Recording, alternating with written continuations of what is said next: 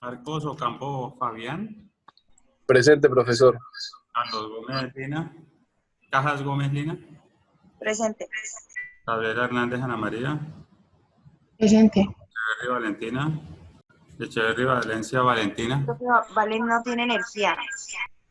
Ospina Calderón Juan Camilo, Presente. Cabeza Borrero Juan Sebastián, Presente, doctor. Martínez Walter, Saldarriaga Silva Melisa, Presente, doctor. Rivera Ruiz Ana Caterín, Presente, doctor. Melo Delgado Cristina, Presente, doctor. Fabi Escobar Edgar, Presente, doctor. Bernales Amaya Ingrid, Presente, doctor. Juan Camilo, Mosquera Juan Camilo.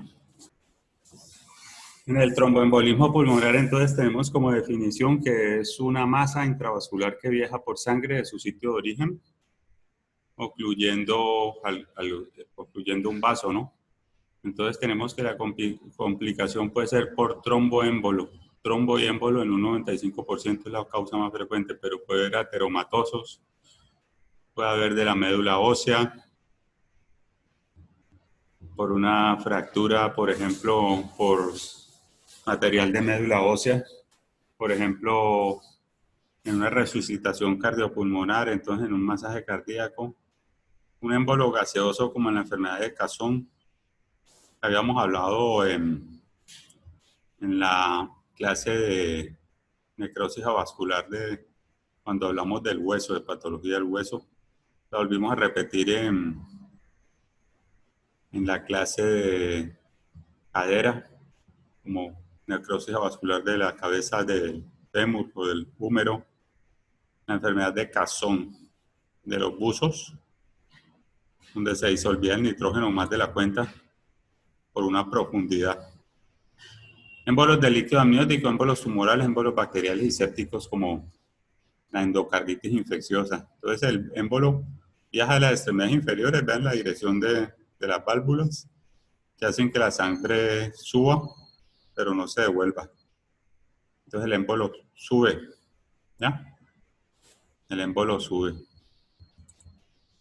Y ese émbolo llega entonces a las cavidades derechas. Entonces, ¿cuál es la... Hernán. Señor. ¿Cuál es la concentración de oxígeno en el medio ambiente?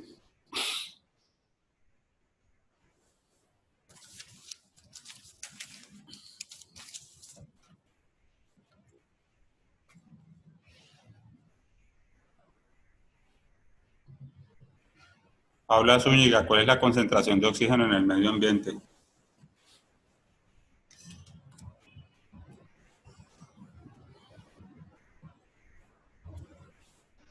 Doctor, ¿no es el 21%? 20%. 21. Entonces, en una ciudad como Bogotá sería menos, ¿no? 21%. Una fórmula muy importante para determinar cuál es el contenido de oxígeno en el alvéolo en una persona en fisiología. Es la presión de oxígeno en el medio ambiente. Y Melisa Saldarriaga, ¿cuál es la presión, la presión atmosférica a nivel del mar?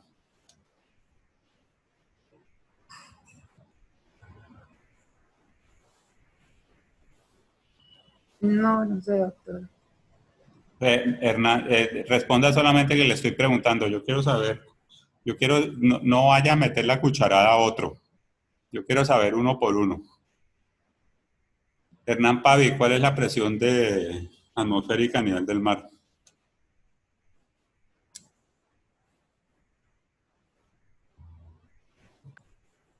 No recuerdo eso. Paula Zúñiga, ¿cuál es la presión atmosférica a nivel del mar? Doctor, de 4.300. No. Presión atmosférica sería 760 milímetros de mercurio, se mide en milímetros de mercurio, y la concentración de oxígeno sería el 21%. Entonces, un buzo, por ejemplo, cuando está en el mar, un buzo tiene en el medio ambiente una concentración de nitrógeno, que sería el N2, del 79%, y cuando está a mayor profundidad, entonces el nitrógeno se disuelve en sangre y él sube rápido y el oxígeno se deja de disolver y ocurren esos émbolos gaseosos que estamos viendo en esa foto que vimos antes. Los émbolos gaseosos en la enfermedad de Casson, que ya los mencionamos. Entonces el embolismo pulmonar es frecuentemente silencioso,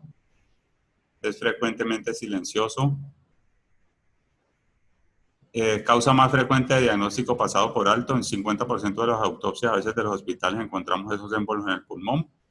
Y en la patología encontramos que el 95% vienen de las venas profundas de la extremidad, también de los plexos pélvicos, y va a viajar al corazón derecho. Juan Camilo Espina, no me responda otra persona. Juan Camilo Espina. ¿Qué válvula está entre el ventrículo derecho y la aurícula derecha? La tricúspide. ¿Y qué válvula está entre el ventrículo izquierdo y la aurícula izquierda? La bicúspide. ¿Cuántas cúspides tiene la arteria pulmonar? 3.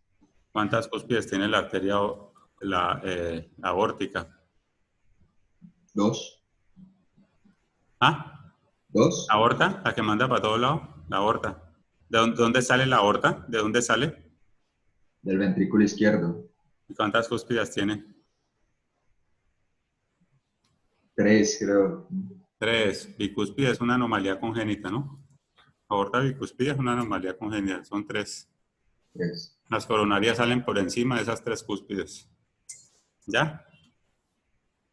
Y Paula Zúñiga, ¿en qué parte del corazón desemboca la vena cava inferior?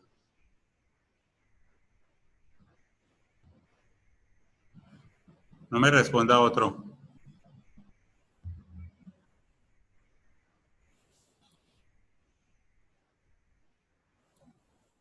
Doctor, en la aurícula derecha. ¿Y la vena cava superior? También. ¿Y las arterias pulmonares?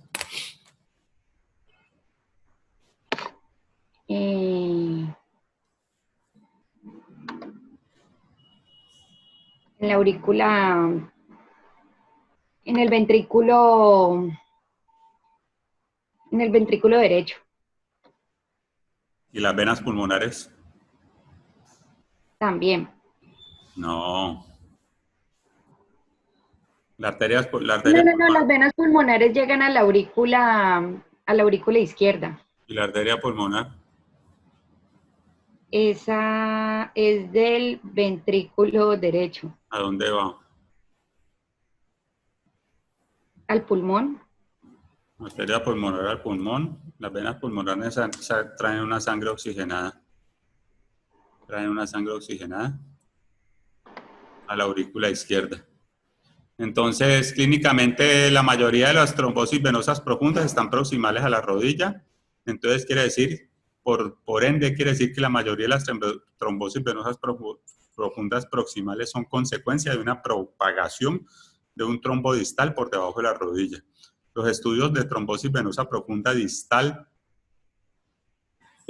no hablan del riesgo de un embolismo pulmonar, porque nada más 1/3 de esas venas proximales son fuente. 1/3 van a las venas proximales y son fuente de embolismo pulmonar. Estas son triquiñuelas de palabras. Está diciendo allí que la mayoría de los trombosis, de los tromboembolismos pulmonares en sí vienen, de los complicados vienen de las venas profundas, pero arriba de la rodilla. Y que una pequeña, muy pequeña parte de los émbolos de la pierna, nada más 1/3 van a las proximales del muslo.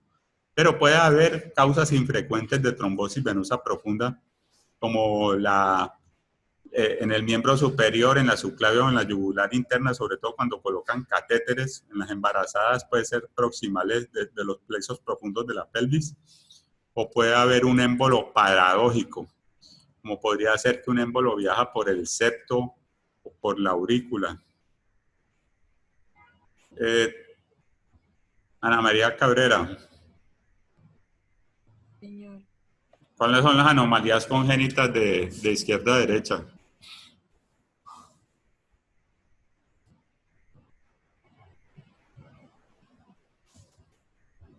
Las comunicaciones. ¿Cuáles?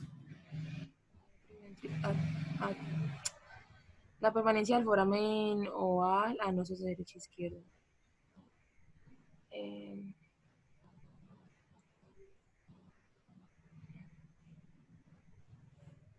No, profe, no recuerdo. CIB-CIA, ductos arteriosos persistentes son de izquierda a derecha y la tetralogía, transposición y troncos arteriosos son de derecha a izquierda. Entonces, ¿a qué se está refiriendo con eso? Que una comunicación, por ejemplo, entre una cámara y otra cámara puede ocasionar un émbolo paradójico. Un émbolo se mete, por ejemplo, de la aurícula derecha o el ventrículo derecho se mete al izquierdo. Y por ahí el émbolo se va al ventrículo izquierdo y sale a la circulación sistémica. Ese sería un émbolo paradójico que se mete por ese septo y va a la circulación sistémica, ¿no? Entonces, como puntos importantes para los exámenes es que el tromboembolismo pulmonar y la trombosis venosa profunda son una enfermedad. Hay que preocuparse por el diagnóstico y tratamiento de la trombosis proximal y que las embarazadas y los catéteres endovenosos son una causa a veces pocos comunes, como las venas de la pelvis. Entonces, en el curso natural vemos ya que el trombo se desaloja de la extremidad inferior, va al corazón derecho, se rompen múltiples trombos y va por la circulación pulmonar y obstruye las partes de la arteria pulmonar.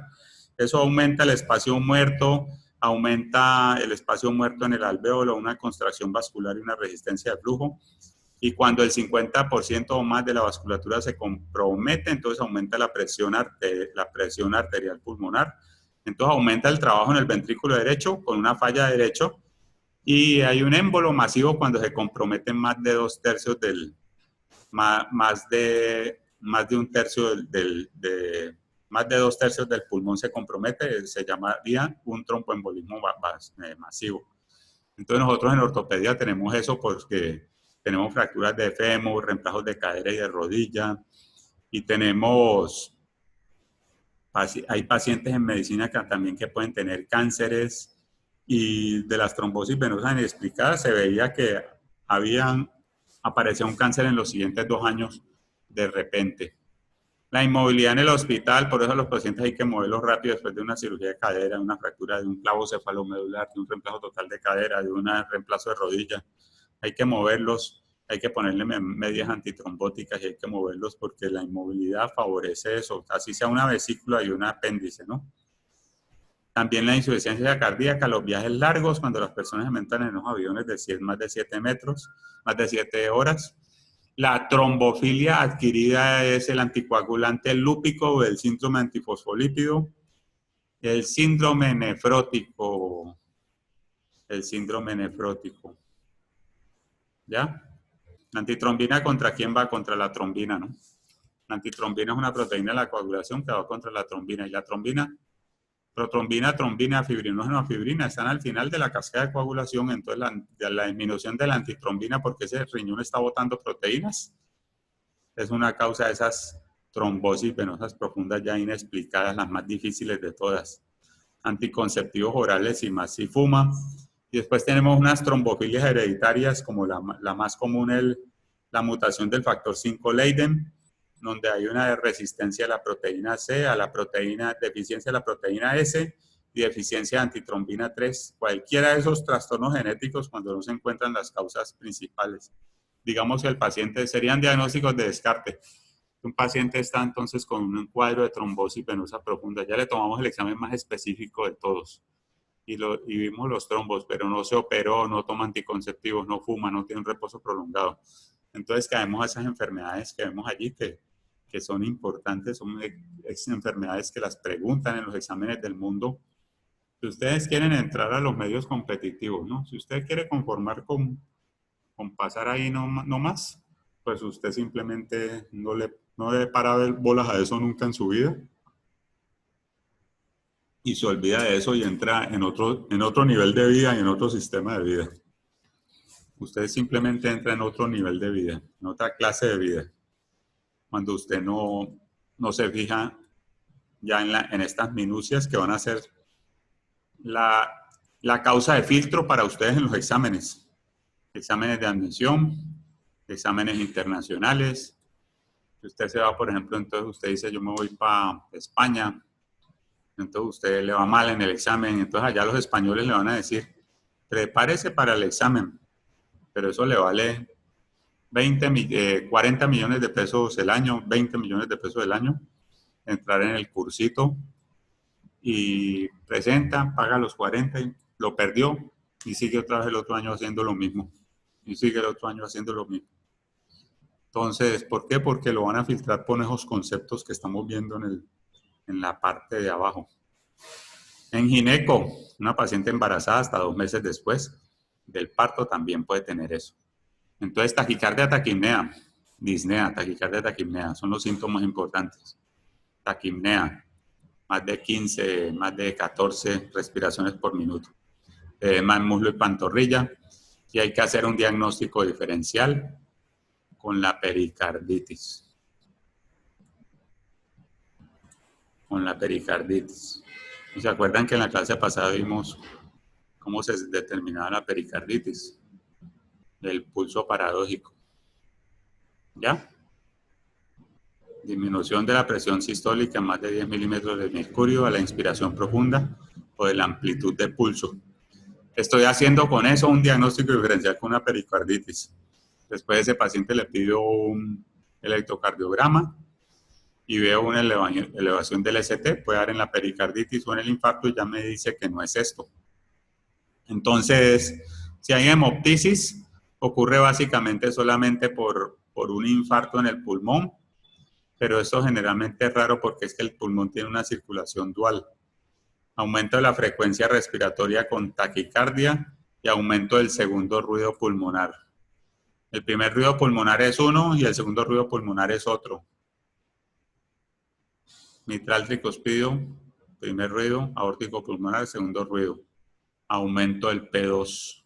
Cuando estén con su fonendo y con su linternita y con su martillito y entonces están auscultando a este paciente, hay un aumento del segundo sonido pulmonar, P2.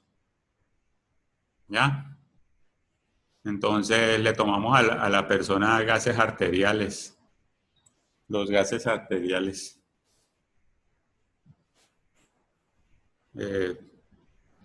Fabián Arcos.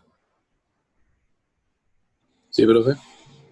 ¿Cuál es el PCO2 normal en sangre?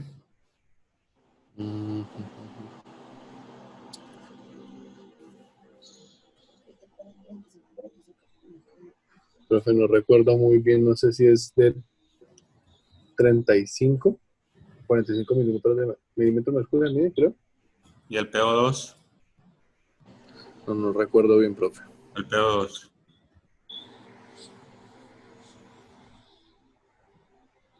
No, profe, no recuerdo. Ani Caterín, ¿cuál es el PCO2 normal en sangre? No, doctor, tampoco recuerdo bien. Juan Camilo, ¿cuál es el PCO2 normal en sangre? ¿Ospina o Mosquera, profe? Ospina. Profe, creo que es menor a 55. No, pero ¿cuántos? No, pero esas cosas ni vayan a llegar así. Ustedes están en... De 75 a 100. No. Yo estoy en la clase, pero no he podido encender la cámara. Qué pena. ¿Y el PCO2? Tenía entendido que es de 35 a 45. 33 a 45. PCO2, ¿ya? ¿Y el bicarbonato? Esos son milímetros de mercurio. Esos son 19 a 26. 22 a 26, 22 a 26, bicarbonato. ¿Y el pH? 7.3 a 7.45. 7.35, 7.45. Y el sodio, 135 a 145. el potasio, 3.5 a 5. sodio, potasio, pH, bicarbonato, 22 a 26, 22 a 28, miliequivalentes por litro. Sodio, miliequivalentes por litro. Potasio, miliequivalentes por litro. Magnesio, miliequivalentes por litro. El calcio en sangre, 8.4 a 12.2. a 10.2, 10.2, 10.2, 8.4 a 10.2. ¿En qué unidades? El calcio. Miligramos por decilitro. Miligramos por decilitro. Miligramos. Miligramos. Un miligramo es la milésima parte de un gramo. ¿Ya? 8.4 a 10.2 miligramos por decilitro. Y el P2 y el PCO2 en milímetros de mercurio. Eso se lo tiene que saber uno en el disco duro a toda hora, porque uno va a tener el paciente ahí con taquipnea haciendo así en las narices de uno. Y uno no puede decir, ay, sí, es que vamos a ver en el laboratorio cuánto es, ni pensar que la hipocalemia, el ST para arriba o para abajo, y con la hipercalcemia, o que vamos a ver qué es, ¿no? Porque eso es cuestión de vida o muerte, ¿no? Entonces, lo uno es milímetros de mercurio, el otro es miliequivalentes por litro, el otro no tiene unidades como el pH, el calcio tiene miligramos por decilitro, hipocalcemia da prolongación del ST, hipercalcemia da acortamiento del ST, una hipercalemia da elevación de las picudas. Esas cosas hay que saberlas. Digamos que yo soy el ortopedista de la selección Colombia, entonces el jugador de fútbol lleva 3 horas en el equipo de fútbol y le dio un patatús, le dio la chiripiorca. Entonces en el estadio tenemos un electrocardiograma, no hay laboratorios, ¿no? En el estadio no hay laboratorios, pero puede haber un electrocardiograma, entonces yo veo una onda T picuda. Y yo digo, sí, claro, es que ese jugador lleva 2 horas jugando y resulta que rompió los músculos de sus extremidades, las fibras, y tiene una hipercalemia para rhabdomiolisis. Y tengo que darle de una en los tratamientos antídotos en el mismo terreno de juego, los tratamientos para esa hipercalemia, porque si no el paciente se va a morir de una arritmia cardíaca. K, potasio, cardio. K, potasio, cardio. K, cardio. Sodio, sistema nervioso central, es la memotecnia. Trastornos del sodio, CNS, Central Nervous System, is sodium. Sodio es sistema nervioso central. Potasio es K, cardíaco. K, cardíaco, arritmias, y hay que dar el tratamiento para la hipercalemia. Cuidado con esas cosas que son centrales de la medicina y yo creo que por eso es que los toreros y los futbolistas y toda esta gente a veces se mueren en los estadios y en los espectáculos, porque se llevan a alguien por allá que me cayó bien, o que sí, que es el demostrar, o que me cayó bien, o que vamos a llevarlo, o para que se gane esta platica, pero resulta que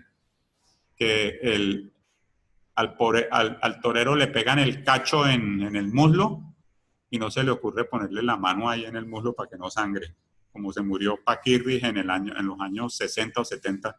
Eso cuenta en la historia porque yo nunca pues supe. ¿Qué había que hacer? Ponerle la mano en un muslo para que no sangrara. Pero cogió, le llegó el cacho en el muslo y lo que hicieron fue ponerle líquidos nada más, y eso seguía sangrando. Llegó muerto el mejor torero del mundo. Ojo con esas cosas básicas. A veces en esos sitios, como le estoy diciendo, se llevan a una persona, un torero, a un médico ahí, lo sientan en una gradería, le pagan 15,000 pesos por corrida, 15,000 pesos por partido, y llega a la hora de la verdad y no sabe hacer lo que tiene que hacer. Hay una fórmula entonces que se llama esta, ABG, Arterial Blood Gases, presión alveolar de oxígeno menos presión arterial de oxígeno es un gradiente que es normalmente de 5 a 15, es lo normal. Entonces, con esa formulita sacamos ese gradiente. Pero ese gradiente entonces aumenta en todas las hipoxemias, excepto en la hipoventilación, es decir, que la persona esté ventilando menos, o en la altitud sobre el nivel del mar. Por eso es que yo les pregunté ahora, ¿cuál era la fracción inspirada? Eso se la van a preguntar en anestesia, ¿no? Se van a sentar con ustedes ahí en una banquita y les van a preguntar, ¿cuál es la fracción inspirada de oxígeno? ¿Cuál es la presión arterial de la presión atmosférica? Eso se lo van a preguntar. ¿Por qué? Porque si esa persona llega a Bogotá, entonces esa fórmula no se va a alterar. Si llega a Bogotá, que está a menos de 760. Si llega a Bogotá, que está a menos de 21%, esa fórmula no se va a alterar. Ustedes pueden tener un tromboembolismo también en Bogotá, ¿no? Entonces, aumenta en todas las hipoxemias, excepto en la hipoventilación y en la altitud sobre el nivel del mar. La radiografía, pues, como es tan barata y está a la mano de todo, pues la tomamos siempre. ¿Ya? Pero resulta que el hallazgo más común en una radiografía es que la radiografía siempre sale normal. Entonces, a veces puede haber problemas de fusiones, transudados o exudados. Como dijo Walter Martínez en la clase pasada cuando hablamos de los transudados y exudados, y ustedes me dijeron el viernes pasado cuáles eran. Puede haber signos radiológicos como el Western Mark, que son una falta de vasculatura distal al émbolo, o puede haber unos signos como el Hampton Hump. Hump sería Hiva de Hampton, que es un filtrado encima del diafragma. Entonces, ¿cuáles eran los transudados? Walter, ¿cuáles eran los transudados?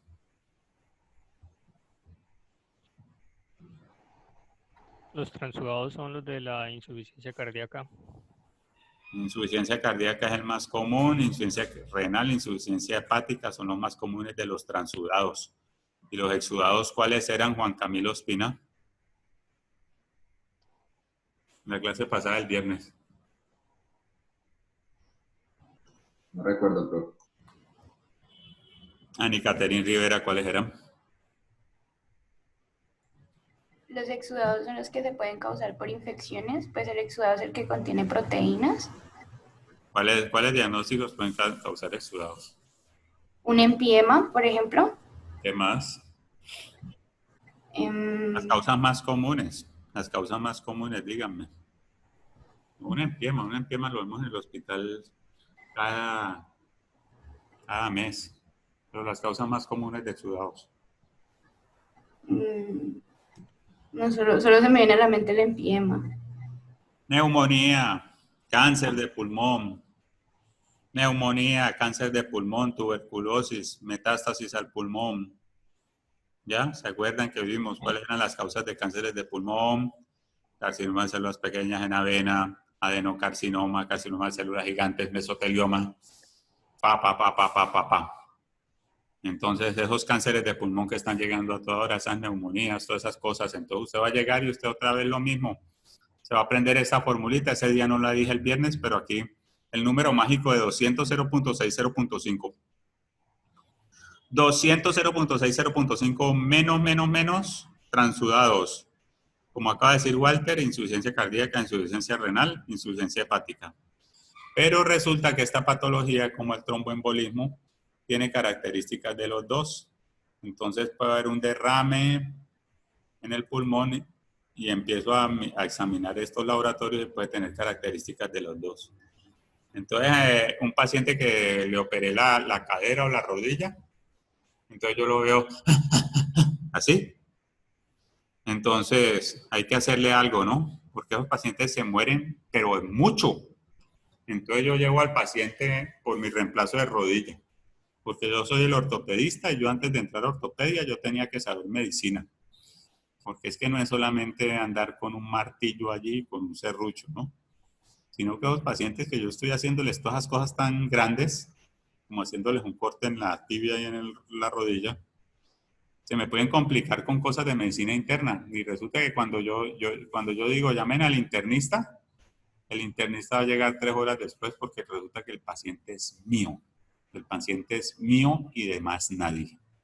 Lo estoy operando yo con un bisturí, con un martillo y con un cincel. Y si el internista no está en Cali o simplemente no llega o llega a mediodía, de aquí a mediodía el paciente ya ha fallecido. Entonces yo soy el responsable del paciente. Así yo esté metido en una especialidad quirúrgica donde ustedes me vean con un bisturí y con un cincel en la mano. Ese paciente es mío y es mío y nada más mío. Eso es una causa frecuente de demanda, ¿no? Pensar que porque el paciente está así, yo voy a encontrarme un internista que va a venir corriendo a salvarme. O a un médico general que se acuerda de esto. O a un neumólogo, pues llegará en 15 días.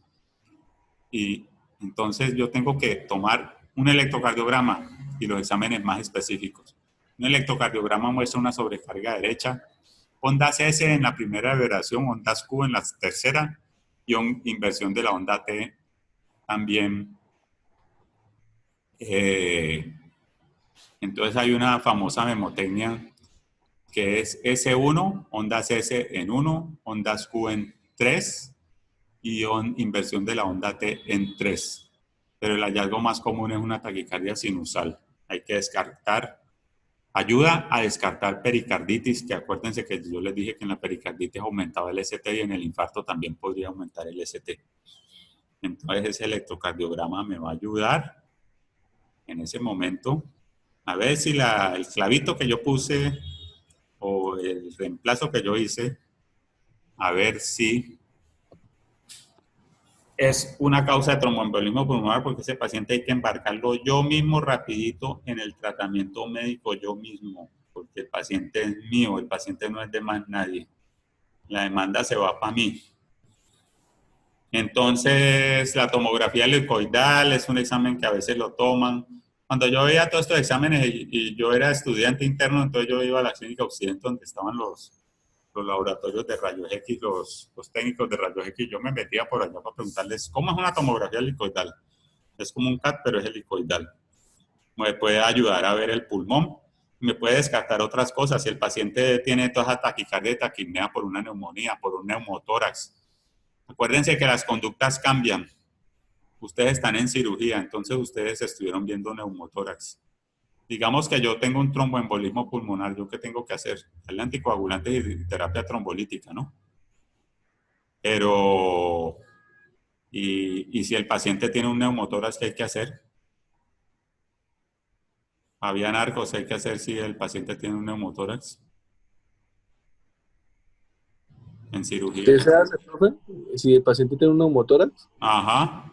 o se le puede poner un tubo a tórax, profe. Y si usted está allá en Pance, en la montaña, y está en una finca con sus amigos y todos saben que usted es médico. ¿Eso se le puede hacer una toracocentesis, es que se llama, profe? No, usted está en Pance, usted tiene 30 años de edad. Ajá. Y el paciente con el neumotórax es el tío de su novia.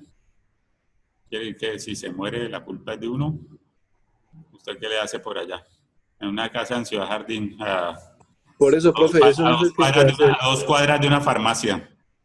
Eso no es el que se le hace la punción en el segundo espacio intercostal. ¿Función con qué? Eso es como con una aguja Con de una un calibre grande. Una aguja gruesa en el segundo espacio intercostal. Porque si usted llega y usted dice por allá, llamen al cirujano de tórax.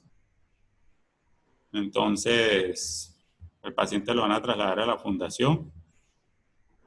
Y cuando uno comete errores en medicina, el último que se da cuenta es uno mismo, ¿no?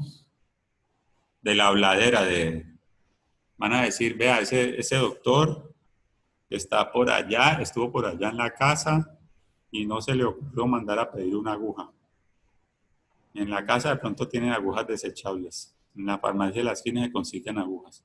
Y llegó el paciente y se murió aquí en Imbanaco. Entonces todos esos comentarios lo hacen pero no se los dicen a uno porque como se dice, cuando hablan de uno, el último que se da cuenta es uno mismo, como dice el dicho.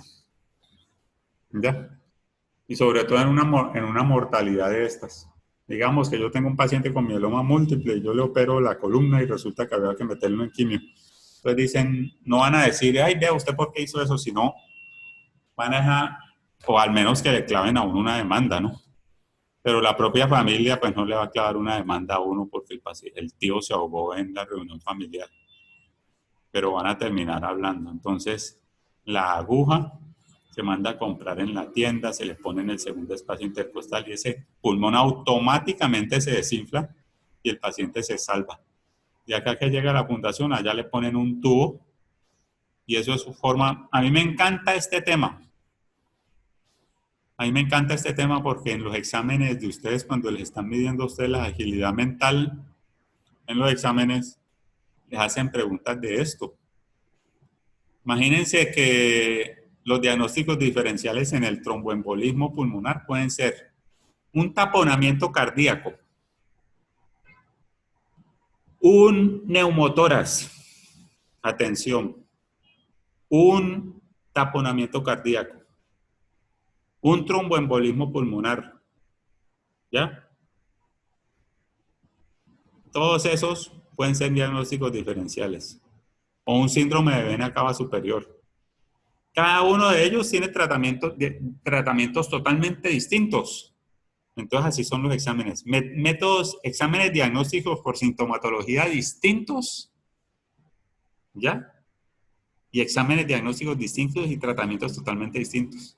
Eso es lo que pasa también en cirugía pediátrica, que a veces sacan esas anomalías de los niños. Los tratamientos son los diagnósticos son totalmente distintos y los tratamientos son totalmente distintos. Entonces en los bancos les encanta hacer eso porque es como el análisis del cuadro clínico que se está presentando. Entonces un neumotórax, atención, una aguja en el segundo espacio intercostal en la línea medioclavicular. Un tromboembolismo pulmonar puede ser heparina, warfarina, terapia trombolítica. Un taponamiento cardíaco, la pericardiocentesis o la la ventana pericárdica, como en la serie IAR que muestran, eso es de la realidad, ¿no? Eso es de la realidad, muchas cosas de la IAR. Es decir, usted tiene un paciente con un taponamiento cardíaco que le está entrando por la puerta del hospital y el médico se pone unos guantes en pleno ascensor y le abre el tórax en pleno ascensor y mete el guante al pericardio para comprimir ese corazón que tiene un taponamiento cardíaco. En plena película, él no dice, no, esperemos a que lleguemos a cirugía. Él no dice eso. Esperemos a que lleguemos en la pura puerta del hospital, en el ascensor, hace el rayón en el tórax, porque son unos centímetros de sangre, 50 cc de sangre que están entre el corazón y el pericardio y están apretando a ese corazón y hay que comprimirlo. Son conductas salvatorias, ¿ya? No es de esperar. Entonces, si fuera un neumotórax de atención, aguja en el espacio, segundo espacio intercostal, línea medioclavicular. Si es un tromboembolismo pulmonar, terapia trombolítica, anticoagulantes. Vean tan bueno eso, a mí me parece eso muy bueno. Y esos conceptos, pero en los exámenes son preguntas muy frecuentes, sobre todo cuando quieren filtrar gente. Cuando quieren filtrar gente. Entonces el médico sale contento del examen y puso exactamente el diagnóstico que no era en cada una de ellas y no le termina yendo tan bien. El mejor examen, la gammagrafía de ventilación percusal, se usaba hace muchos años. El angiotac es el gold standard. Hay que poner una aguja en la arteria pulmonar, entonces tiene ruptura de la arteria pulmonar, pero es muy poquita. Y en la trombosis venosa profunda usamos el ultrasonido duplex, que no es invasivo, pero el venograma y la resonancia magnética pueden ser otros exámenes cuando el duplex es negativo. Y el dímero D, que es un examen como de laboratorio. Acuérdense que al final de la casilla de coagulación viene fibrinógeno, protrombina, trombina, fibrinógeno, fibrina. Entonces esos fibrinas se va a romper en la circulación y va a formar unos dímeros D que se toman por una prueba que es por la prueba de ELISA, Enzyme Linked Immunoassay. Se toma el dímero D. El dímero D se podría tomar en un centro de salud en Jamundí, en Puerto Tejada, en Buga, en Tuluá, no tenemos que estar en una clínica donde esté la tomografía helicoidal o el angiotac. No es excusa. Entonces el dímero D es bueno también porque si el dímero D es negativo, me está indicando que el paciente no tiene nada. Entonces digamos que yo coloqué un clavo bloqueado en el hospital de Jamundí y el paciente está así y con taquicardia. Entonces yo le tomo un dímero D y si sale normal, yo ya sé que no es. Así de simple. Yo ya sé que no es. ¿Ya? Si sale alterado, puede ser cualquier cosa. Puede ser que se infectó el fémur por la cirugía que pasó hace 2 días, que está inflamado porque tiene un absceso por allá en un brazo, que el paciente tiene artritis reumatoidea, cualquier cosa inespecífica. Pero si está normal, quiere decir que lo puedo mandar para la casa. Esa es la ventaja. Es un examen que descarta. Es un examen que descarta. Profe, ¿cuál es el valor del dímero D? ¿El valor normal? Uy, no me acuerdo. No me acuerdo, pero ahí sí me corchaste porque como no es de todos los días. Yo no sé si eso sale como positivo o negativo. No, eso si le llega a uno en un papelito, ahí sí le llega a uno. Me puso una tarea. Voy a apuntar la tarea aquí. Dímero D. Pues lo voy a poner como yo, tarea para mí. Dímero D. Como yo para mí. Pero generalmente uno lo toma y uno va al laboratorio y uno dice, ¿salió alterado o no salió alterado? ¿Sí? Entonces descarta.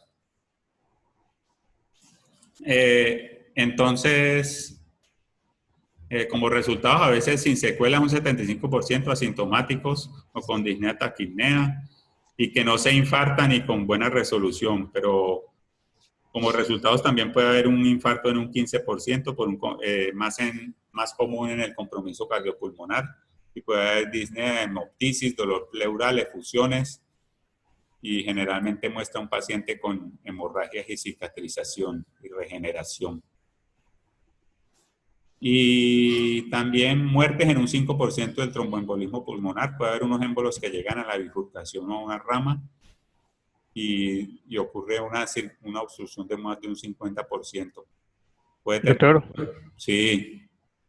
En cuanto al valor del dímero D, creo que es negativo cuando es inferior a 500 microgramos sobre el mililitro.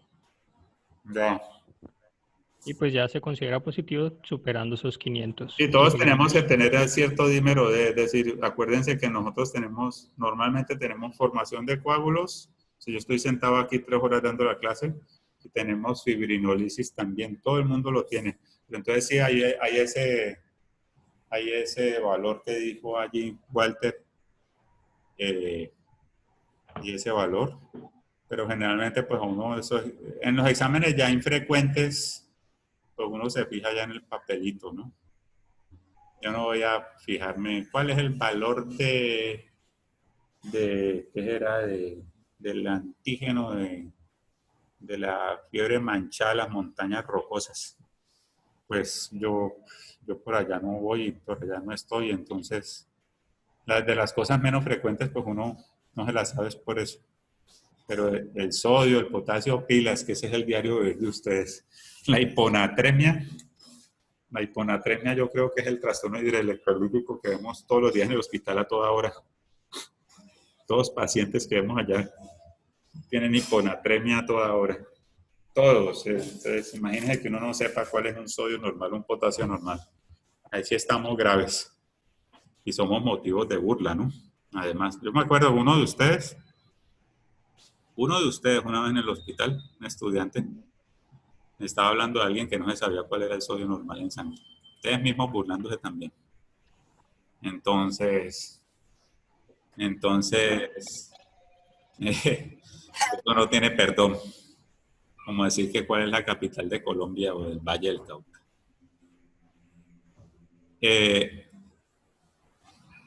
A veces termina una hipertensión crónica, resistencia pulmonar y cor pulmonar. Un cor pulmonar es un corazón que se afectó por el pulmón. Hay otra cosa que llaman los émbolos sistémicos. La mayoría vienen del corazón. Un émbolo puede venir de un infarto, de una fibrilación auricular o de una vegetación en el corazón. Esos son los émbolos sistémicos. Estamos diciendo un émbolo que ya no se va al pulmón, sino un émbolo que se va, por ejemplo, a las piernas. Se puede ir al cerebro. Si yo tengo un émbolo en mi cerebro, yo llego así con mi hemiparesia, con mi dificultad para hablar, con mi afasia de Wernicke, de Broca y de Wernicke, con mis problemas de la corteza y una contractura en un brazo o en una pierna por neurona motora superior. Esos serían los isquemias cerebrales, ¿no? Una isquemia puede ir a un riñón, puede ir a un vaso, puede ser por un émbolo paradójico, como decíamos ahora en las cardiopatías de CIB, CIA y ductos arteriosos persistentes, que son de izquierda a derecha. O puede haber un émbolo en las extremidades inferiores. Entonces nosotros en ortopedia, cuando lleguen a ustedes a la rotación de ortopedia, ustedes van a ver que van a llegar personas de la tercera edad con piernas, con deditos negros, con pies oscuros, con insuficiencia vascular de miembros inferiores. Puede ser por un émbolo sistémico. Puede ser un émbolo sistémico. Un dedito negro, un pie con poca circulación y frialdad, puede ser un émbolo sistémico. En las extremidades inferiores, otro diagnóstico que van a ver en ortopedia va a ser los pies diabéticos, de los que está hablando el doctor Triana, y van a ver también las úlceras en extremidades inferiores por la insuficiencia venosa. Eso lo van a ver a toda hora cuando sean internos estudiantes médicos generales, van a ver úlceras de insuficiencia venosa, émbolos sistémicos como estamos diciendo en esta diapositiva, o los pies diabéticos. ¿Ya? Eso lo van a ver muy frecuentemente. Otra enfermedad que se llama la Ischemic Bowel Disease, enfermedad isquémica intestinal. Un intestino que se tapa por un émbolo. Melissa. Señor. ¿Cuáles son las ramas de la aorta? ¿Cuáles son las ramas de la aorta? De la aorta abdominal en cirugía. Tema de cirugía de ustedes.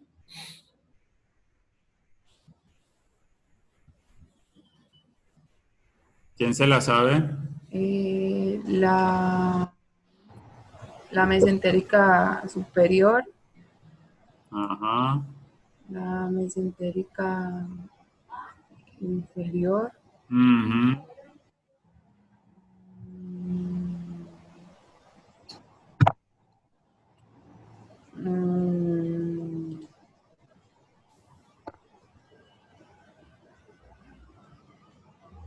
Yo sé que ustedes están en cirugía, entonces yo los pongo a acordarse de cirugía porque ahora tienen un examen a comienzos de diciembre, entonces lo estamos repasando en ortopedia y en cirugía, para que les vaya bien. Por eso que les pregunto. Estamos aquí. El tronco celíaco. Ajá, tronco celíaco que está arribita, mesentérica superior, mesentérica inferior.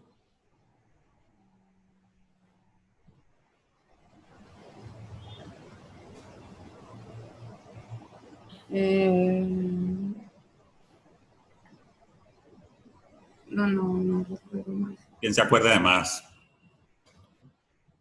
¿Las renales? Las renales, una para la derecha y otra para la izquierda. ¿Y qué sale de una de las renales? ¿Qué sale? ¿La gonadal? No, la gonadal no sale de las renales. La gonadal sale de la aorta. La aorta da las dos gonadales porque la vena cava es la que recibe una gonadal. Pilas con eso. Y la arteria renal del otro lado. ¿Ya? La vena renal y la vena cava reciben una gonadal y una gonadal, pero la arteria aorta da dos gonadales para cada lado. Las dos arterias renales, tronco celíaco, mesentérica superior, mesentérica inferior, frénica inferior y suprarrenal media. Son las ramas de la aorta. Esas son preguntas de cirugía de ustedes, son preguntas de cirugía. Y aquí las estamos diciendo porque estamos hablando de los émbolos sistémicos. Entonces, un corazón que está fallando manda un émbolo, se va por una arteria de esas y se va, digamos que se va por la mesentérica superior. Por la mesentérica inferior se fue. Se fueron a pasear digamos, ¿a dónde? Al lago Calima. Hicieron una escala usted está con su abuelo.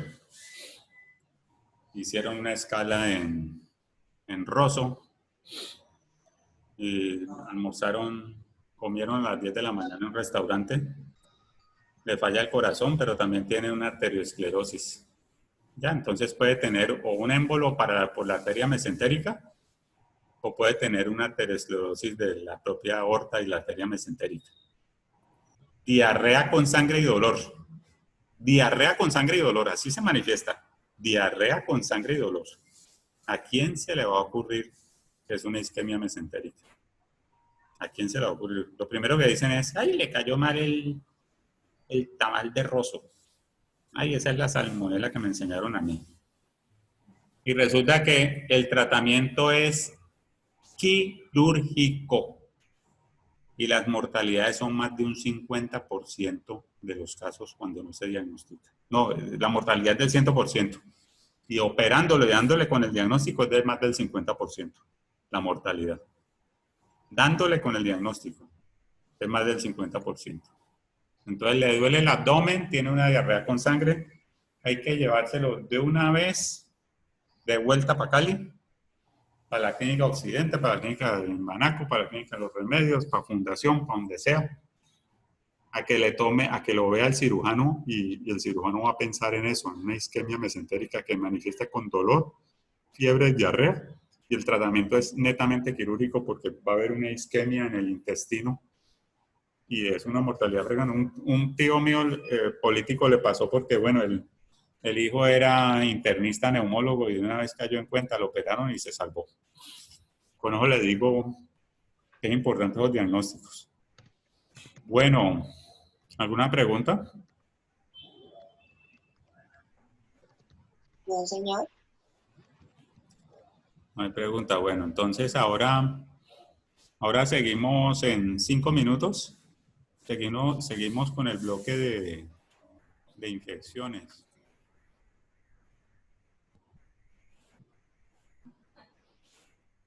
Las bacterias gram positivas y las gram negativas, las que no tienen al gram, que van por pruebas serológicas. Ahí vieron los hongos, que pueden dar hongos oportunistas, los hongos que aparecen en los inmunosuprimidos.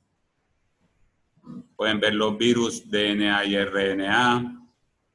DNA, herpes, herpes, adeno, parvovirus. RNA, la otra lista que es más larga. Muchos de esos virus pueden estar metidos en ortopedia. Así crean que no. Los hongos también.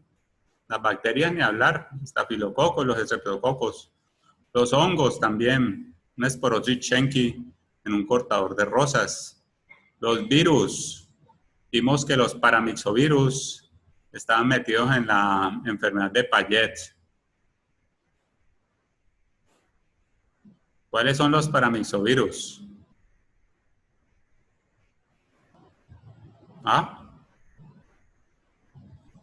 Una enfermedad de Payet, un trastorno de remodelación. ¿No se acuerdan? Los paramyxovirus son para influenza respiratorio sincicial, measles, mumps. Paramyxovirus son para influenza respiratorio sincicial, measles, que es sarampión, y mumps, que es paperas. Entonces, dijimos en la clase de hueso, de patología de hueso, que la enfermedad de Payet puede estar asociada a un paramyxovirus. Entonces, vean que aquí me estoy haciendo el recorrido de ese semestre que tuve yo de micro. Ahí me hablaron de bacterias, me hablaron de hongos, me hablaron de virus, me hablaron de parásitos. Entonces, los parásitos podrían ser un protozoario intestinal, por ejemplo, una amiba. Un protozoario urogenital, por ejemplo, una Gardnerella. Protozoarios tejidos de la sangre. Entonces, por ejemplo, cuando hablamos del toxoplasma que lo transmite el gato, cuando hablamos de la enfermedad de la cual estaban protegidas las personas con anemia de células falciformes, son los parásitos de los tejidos y de la sangre. ¿Cuál es la enfermedad donde están protegidos las anemias de células falciformes. El plasmodium malaria, oval, vivas, falciparum, que son esos plasmodios que los transmite el Anopheles. Esos son los parásitos de la sangre. Entonces, dentro de los helmintos vimos como las lombrices, ¿no? Los cestos y los tremátodos. En microbiología, los cestos eran una lista, los tremátodos eran otra lista, y los nemátodos eran como los gusanos redondos que pueden estar en los intestinos o en los tejidos. Entonces, eso es una lista que hay que tenerla en cuenta, así estemos nosotros en donde estemos, porque de ahí va a salir cualquier cosita para diferentes cosas de las diferentes especialidades. Esas son unas ciencias básicas, el semestre de ustedes de micro. Ciencias básicas son como la base para todo. En ortopedia podemos tener entonces el TSS, Toxic Shock Syndrome Estafilococo. Esa patología a mí se me hace tan rara, porque es un paciente que tiene una pierna medio rojita por allí. Tiene una taquicardia y una hipotensión severa porque el estafilococo mandó una toxina y el paciente empieza a tener con una taquicardia e hipotensión, y la pierna no necesariamente está negra ni echando pus ni nada. Simplemente es la toxina del estafilococo. Esa es una de las infecciones en ortopedia. Tenemos múltiples clases de infecciones. Una gangrena gaseosa, por ejemplo, por un Clostridio perfringens. Uno de los clostridios, cuando hablamos de los clostridios. Un músculo contaminado que forma gas, que forma metano, y que el tratamiento sería una clindamicina y penicilina. Las osteomelitis en las metáfisis, sobre todo en pediatría, las osteomelitis pueden afectar el fémur proximal, el húmero proximal, el cuello, el radio o la fíbula distal frecuentemente. Un paciente cuando está cicatrizando de cualquier cosa debe tener estos laboratorios en buenas condiciones para que ocurra una cicatrización. Albúmina más de 3. La unidad sería gramos por decilitro, ¿no? Ahí no sería miligramos, ahí sería gramos. Albúmina, 3 gramos por decilitro. Linfocitos, más de 1500 por milímetro cúbico. O el índice de tobillo-brazo, más de 0.45, 0.35, son requisitos para que una persona cicatrice. Es el Sporotrix schenki, que es un hongo que lo vieron en el cortador de rosas, y que el tratamiento del yoduro de potasio. La Bartonella puede ser una bacteria que tiene una tinción como bipolar al Gram. Bipolar es como los dos polos de la bacteria que se tiñen. Es transmitida por el arañazo de gato, pero también puede ser por mordeduras de gato, ¿no? Y de perro. Bartonella. Bartonella. En el caso del arañazo de gato es la famosa enfermedad que se manifiesta con nódulos epitrocleares en la enfermedad por arañazo de gato.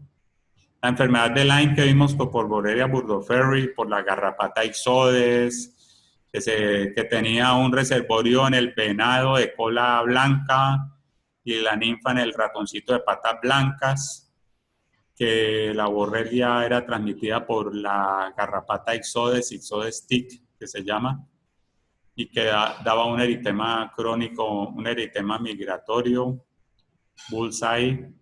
Entonces se puede presentar con problemas de artritis del sistema nervioso central, de pericarditis, de corazón, y así de mismo puede ser una enfermedad muy simuladora con un eritema crónico migratorio que había que tomar por inmunoglobulina M, como vimos en la clase de artritis, y los tratamientos son doxaciclina y amoxicilina.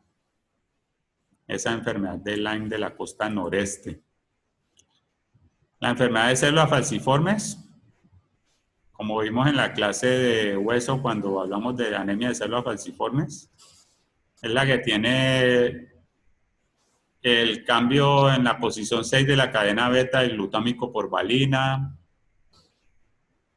Glutámico, que es un aminoácido negativo, por valina, que es un aminoácido neutro en la posición 6 de la cadena beta. Es una enfermedad autosómica recesiva en pacientes afroamericanos, afrocolombianos, y generalmente pues la bacteria más frecuente es el estafilococo, pero hay que tener en cuenta la salmonela en la anemia de células falciformes. Entonces, ¿contra quién tienen protección? Contra el plasmodio, que acabamos de decir. Plasmodio malaria, oval, vivax, falciparum. Tienen protección. ¿Por qué tienen protección en la anemia de células falciformes? Porque como es un eritrocito que está como en media voz y que el eritrocito normalmente dura 120 días, pero ellos tienen unas crisis hemolíticas. Ellos tienen una crisis hemolítica. Entonces, el parásito que se llama el Plasmodium malaria oval vivax falciparum, que lo inyectó el mosquito, el Anopheles, ese parásito no tiene donde vivir parte de su ciclo. En ese eritrocito que dura 120 días. Plasmodium malaria oval vivax falciparum no tiene donde vivir. Entonces, se protegen contra ese Plasmodium malaria oval vivax falciparum que fue transmitido por el Anopheles. Se protegen de la malaria en la anemia de células falciformes. Y tienen esa herencia autosómica recesiva. Cuando tienen esas crisis drepanocíticas pueden tener una infección por estafilococo o por salmonela. Y nos llegan a nosotros en ortopedia por infecciones, por osteomelitis, por artritis séptica. Las drogas endovenosas como pueden tener predisposición a la pseudomonas o la serratia, o un carnicero que se corta con un cuchillo puede tener infecciones por brucela. En una artritis reumatoidea puede haber infecciones por estafilococo, o en un reemplazo de cadera o de rodilla. Entonces puede haber después de una extracción dental,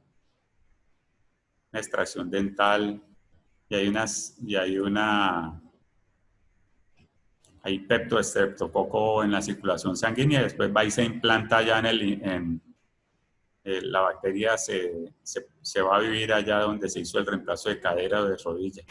Por eso a veces los cirujanos de reemplazo buscan que no haya haber focos sépticos en boca. Por ese peptoestreptococo que puede ser una causa de una infección de una prótesis, una infección tardía de una prótesis. La punción en el talón, la causa más frecuente es el estafilococo, pero hay que tener en cuenta a la pseudomona. Quemaduras eléctricas como el meningococo. ¿Ya? ¿Qué clases de neiserias conocen?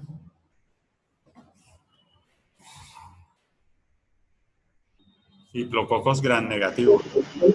Neisseria gonorrhoeae, que produce pues... Neisseria gonorrea, Neisseria meningitidis, ¿no? Entonces la Neisseria meningitidis en un paciente quemado, quemaduras eléctricas, Neisseria meningitidis. Y Neisseria gonorrea, que es una enfermedad venérea, diplococo gram negativo. La Neisseria gonorrea se puede entonces llegar al sistema urogenital, y más adelante el paciente tiene una artritis gonocóxica. Vea cómo estamos asociando con ortopedia. Una artritis gonocóxica por una Neisseria gonocóxica que migró por sangre. O una Neisseria meningitidis, que es la misma de la meningitis, en quemaduras eléctricas, que se llama meningococo. La enfermedad de Paget, que es un trastorno de remodelación, ya lo dijimos, para mixovirus, para influenza, respiratorio sincicial, measles, mumps, espondilitis anquilosante por diarrea con sangre, enfermedad por arañazo de gato, mordedura de perro o gato, pasteurela multis. Profe, qué pena. Cuando usted mencionaba las drogas intravenosas, ¿ahí no sería común el Staphylococcus aureus? También, pero sí, también. El estafilococo áureo, pero lo que pasa es que hay que tener en cuenta también estas dos, serratia y pseudomonas. También esa, ¿no? Hay que tener en cuenta esas dos. Esa pseudomona se porta más mal. Esa pseudomona y el estafilococo también se porta mal. Dicen que residente de ortopedia, que no se sepa el estafilococo, mejor dicho. Ni vaya para ortopedia. Son bacterias que los vamos a ver a toda hora y sobre todo lo más grave es que son bacterias que no se tratan como se trata una sífilis, por ejemplo. Una sífilis se trata con penicilina y listo. Pero esas bacterias son de múltiples cócteles antibióticos. Entonces, por eso hay que tenerlas en cuenta. La gangrena gaseosa o mionecrosis por Clostridio, gas gangrene se llama en inglés, gangrena gaseosa. Es una destrucción necrotizante del músculo. Solo van a ver, si tienen la suerte de verlo, eso no llega mucho, pero cuando llega, llega. Necrosis, gas en el músculo, entonces en la epidemiología de los Estados Unidos encuentran pues que es infrecuente, pero en un centro de referencia grande llegan unos 10 por año y llega más o menos de 1.000 a 3.000 en los Estados Unidos. Pues yo digo Estados Unidos porque allá es donde toman pues epidemiología seria, ¿no? Entonces, la etiología del Clostridio perfringens, que es una toxina que va a dañar todos esos tejidos. Y puede ser por un trauma menor como por una inyección intramuscular, pero puede, entonces, la inyección debe ser profunda y donde no haya oxígeno. Entonces, puede ser también posoperatoria, una gangrena uterina, por un aborto inapropiado. Entonces, ¿qué pasa con esto? Los síntomas de 1 a 4 días, un dolor, edema, taquicardia, hipotensión y fiebre. Y tardíos, hay una crepitación, una falla renal y alto riesgo de mortalidad. Son los bacilos gram negativos. Al diagnóstico del gram, pero no hay leucos. El diagnóstico por gram y todo no es lo más apropiado. Lo más apropiado es como empezar con la clínica. La taquicardia, la hipotensión y el gas, como el crépito, eso es lo que más me dice. Porque el cultivo se equivoca, el cultivo no es específico, porque resulta que puede haber hasta un 30% de las bacterias se pueden colonizar por cultivos. Cuando le toman una radiografía puede haber gases en la radiografía, aunque hay que tener en cuenta que el estreptococo también puede poner gases, puede mostrar gases en la radiografía. Entonces ya cuando lo metemos a cirugía aparece un músculo que es pálido café con un olor característico de los anaerobios. Esa enfermedad la van a ver en el rural, en las zonas, en esta zona pues que está en guerra. El tratamiento generalmente es penicilina de alta dosis, la clindamicina si es alérgico a la penicilina. Y lo más importante es la amputación o el debridamiento. Y hay otra que se parece, que se llama la fascitis necrotizante. En la gangrena gaseosa dijimos que era el Clostridio. Pero aquí, en cambio, en la fascitis necrotizante metemos el estreptococo y el toxin y el Clostridio. Y eso va a empezar como una celulitis. Cuando llega ahí al hospital, todo el mundo dice, tiene celulitis. En la piel rojita ahí. Entonces dicen que es una celulitis. Pero empieza a disecar por planos hasta la fascia. Y resulta que es una bacteria que es el estreptococo o el Clostridio, que produce la toxina que va disecando la fascia. Y la diferencia en la celulitis es que tiene más fiebre, entró por piel y forma bulas y crépitos. Esa es la diferencia. Entonces, ¿yo qué tengo que hacer? Los exámenes diagnósticos tampoco son tan buenos. Pues la creatinquinasa en sangre se puede aumentar y la radiografía me puede mostrar aire y al mismo que una resonancia. Pero estos exámenes generalmente son de poca sensibilidad y especificidad. Entonces, el diagnóstico se confirma es cuando llevamos al paciente a hacerle un lavado de debridamiento en cirugía. ¿Y qué antibióticos tenemos? Entonces, aquí empezamos a acordarnos de las clases de farmacología de los antibióticos. Combinación de betalactámicos con drogas resistentes a la betalactamasa. Acuérdense que los betalactámicos, dígame listas de betalactámicos, de antibióticos que tengan anillo betalactámico. ¿Se acuerdan o no? Muchos. Muchos. ¿Ah? Los antibióticos tienen un anillo betalactámico, ¿no? Entonces, la penicilina tiene un anillo betalactámico. Las penicilinas sintéticas también tienen un anillo betalactámico. Las cefalosporinas también tienen un anillo betalactámico. La ampicilina también tiene un anillo betalactámico. Entonces es combinación de betalactámicos con drogas resistentes a la betalactamasa. Como en este caso, estamos mostrando aquí a la derecha, sulbactam, clavulánico, tazobactam, son drogas que van a actuar contra la betalactamasa que la produce la bacteria. Las bacterias se van a defender produciendo betalactamasa. Digamos que yo tengo mi pistola aquí. Allá al frente mío está la bacteria. La bacteria va a producir betalactamasa. Y yo tengo una droga contra esa betalactamasa. Como es el clavulánico acid cast, es la memotecnia. Las drogas contra la betalactamasa son cast, clavulanic acid, sulbactam, tazobactam. ¿Ya? Porque la bacteria está produciendo betalactamasa. Entonces yo tengo el cast, clavulanic acid, sulbactam, tazobactam, que lo estoy uniendo a un antibiótico que tenga un anillo betalactámico como la ampicilina, la picarcilina o piperacilina, que tienen un betalactámico.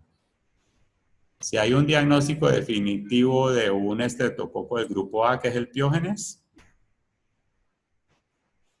entonces la penicilina y la clinda sirven en ese caso, porque yo les acabo de decir ahorita que la fasciitis necrotizante es por estreptococo o es por Clostridio. ¿Ya? Entonces, ahora veamos el pedacito de osteomelitis. Osteomelitis, pues, imagínense si no vamos a ver osteomelitis en ortopedia.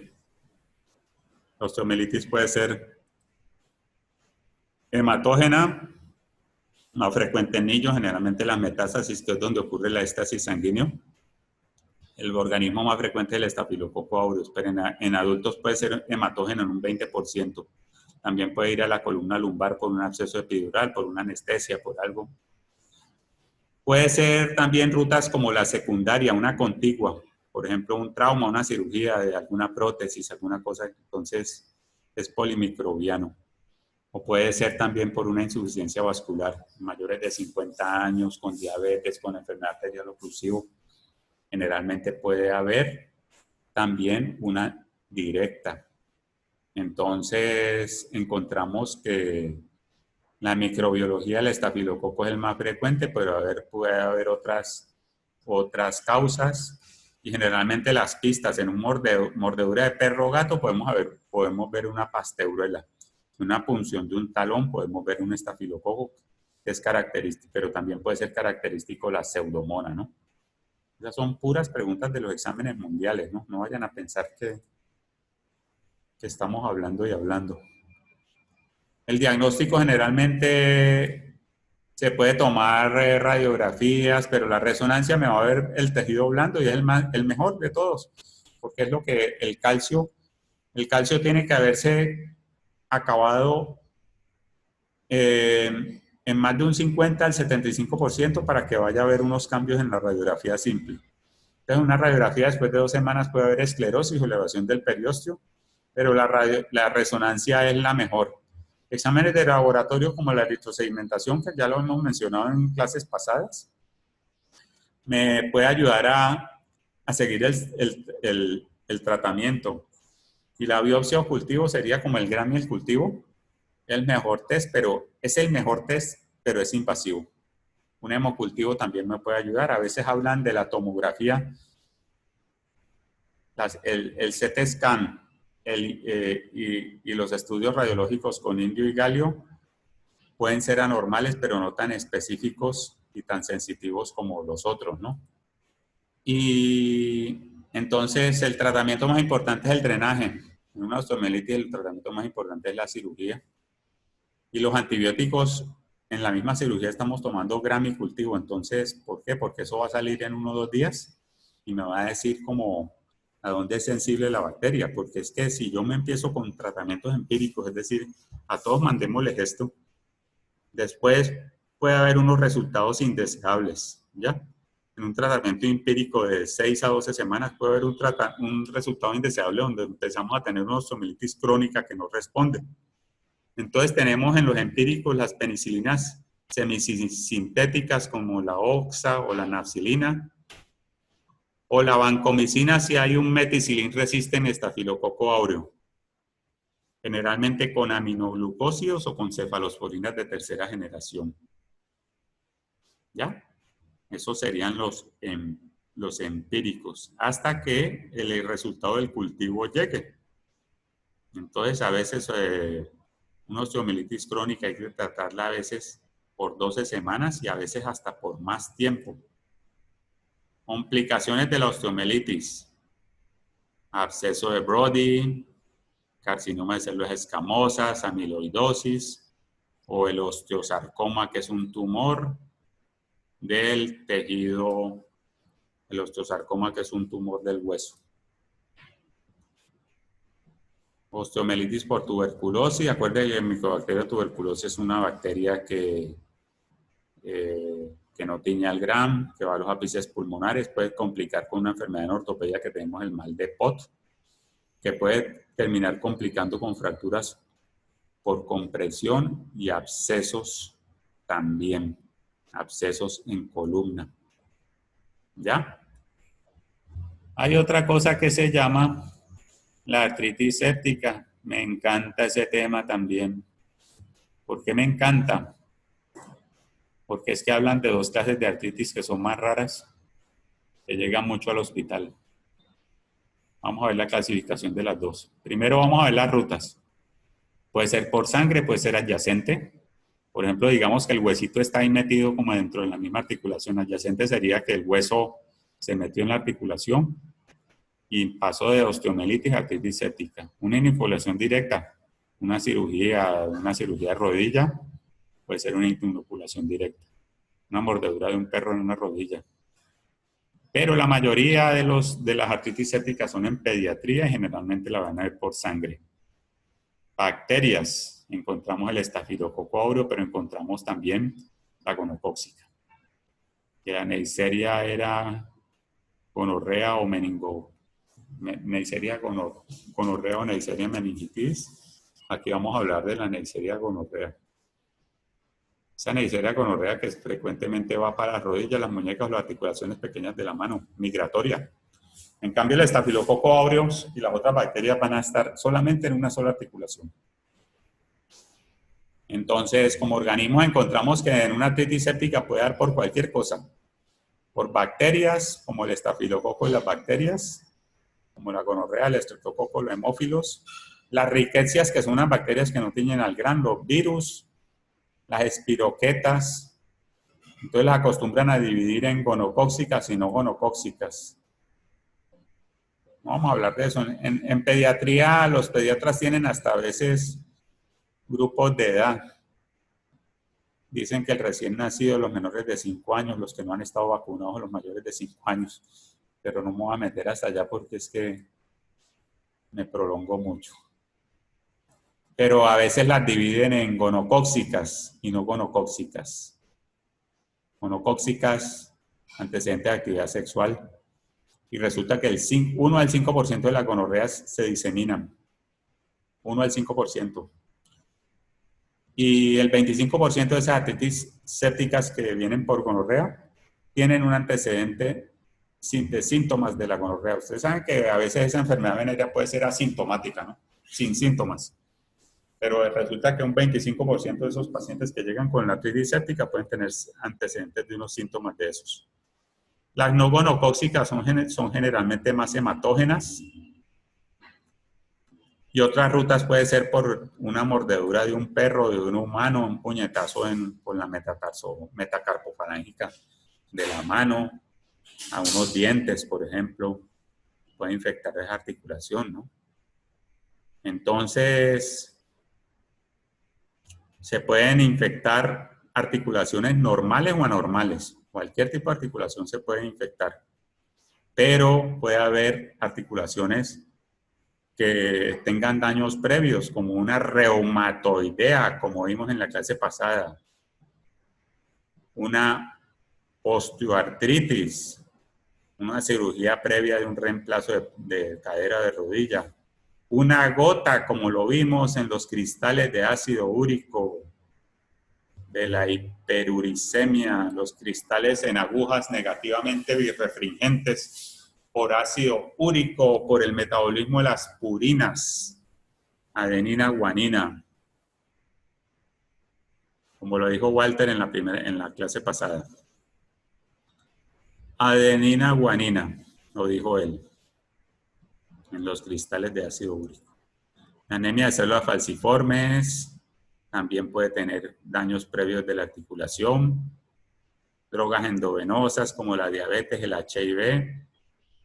¿Y qué pasa? Que esa membrana sinovial no tiene membrana basal.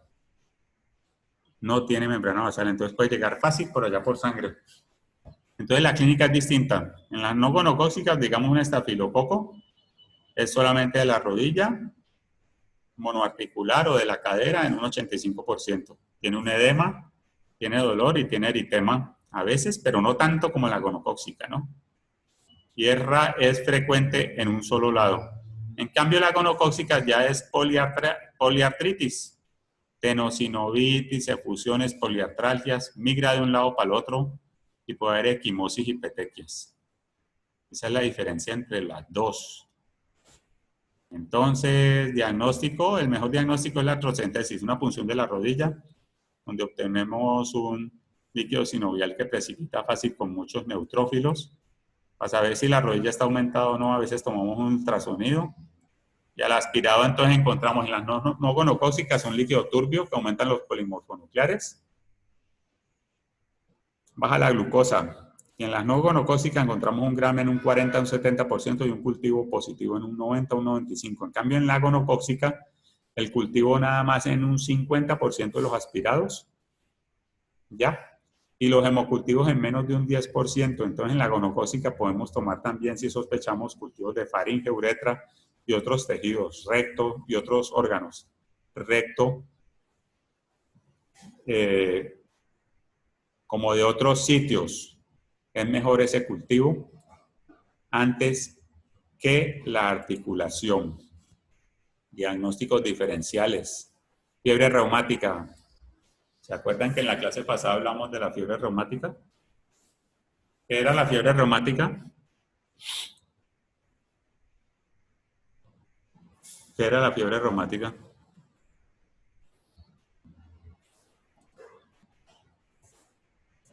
¿Ah? ¿Por qué bacteria se causaba la fiebre reumática? Uno de ustedes me lo respondió. En la clase del... ¿Ah? Estreptococo. Estreptococo beta hemolítico del grupo A, estreptococo piógenes en la garganta, en un muchacho, en un niño, y un tiempo después tiene la memotecnia de acnes, artritis, carditis, corea, nódulos, eritema marginal, artritis, carditis, válvula mitral, válvula aórtica, artritis, carditis, corea, movimientos así involuntarios por autoanticuerpos contra los núcleos de la base, o artritis, carditis, corea, nódulos, eritema marginal, corea de Seiden, acnes, artritis, carditis, corea, nódulos, eritema marginal, acnes. Entonces en pediatría me puede llegar. Entonces digamos que yo soy un pediatra. Este niñito le duelen las rodillas. Entonces yo llego y yo soy el pediatra que ando con mi fonendo colgado para que se den cuenta que soy doctor. ¿Ya? para que no me vayan a confundir con otros. Bueno, entonces, hay soplo sistólico creciendo decreciendo, un soplo diastólico, un soplo losistólico, un soplo sistólico, un segundo ruido aumentado, carditis, corea, y el niñito empieza a hacer así. Ay, los núcleos de la base, esos que me enseñaron a mí en neurocirugía. El caudado del putamen, el globo pálido del núcleo subtalámico. Claro, autoanticuerpos habían anticuerpos contra el estreptococo que se formaron anticuerpos cruzados contra las válvulas que se están afectando allí o contra los núcleos de la base, y por eso viene como bailando este paciente, con movimientos de corea. ¿Ya? Vean tan chévere todo eso. Cuando uno empieza a hacer todas esas asociaciones, después de haber estudiado todo lo que le enseñaron en las ciencias básicas. La sinovitis transitoria por varicela. Varicela era uno de los virus de herpes que vimos en la clase pasada.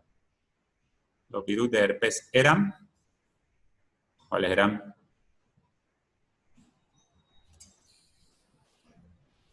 ¿Cuáles eran los virus del herpes? Herpes simplex tipo 1, herpes simplex tipo 2, varicela zoster, shingles, Epstein-Barr, citomegalovirus, HHV6, HHV7 y HHV8. ¿Ya? Esos eran los virus del herpes. ¿Ya? Entonces resulta que una varicela es uno de los virus del herpes. Me puede causar también una sinovitis tóxica y forma parte del diagnóstico diferencial.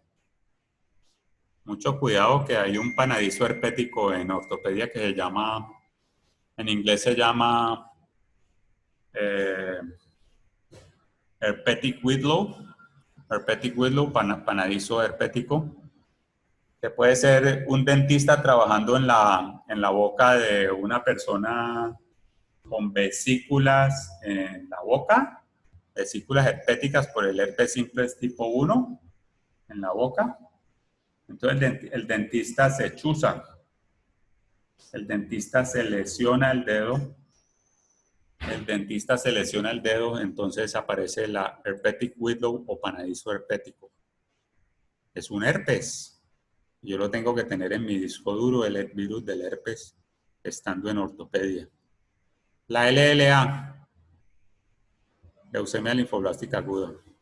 Un cuarto de esos pacientes encontraron una serie que llegaban en primera consulta con un dolor en las rodillas y en las extremidades inferiores.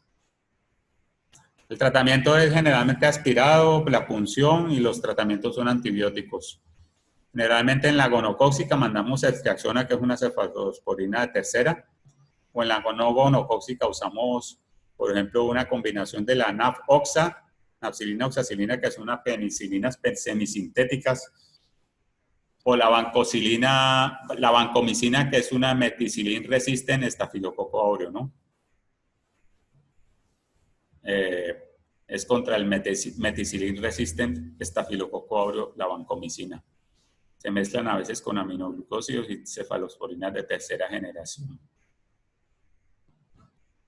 Dicen, combine un antibiótico contra los estafilococos o contra los estreptococos, con una droga contra los gram negativos a veces también.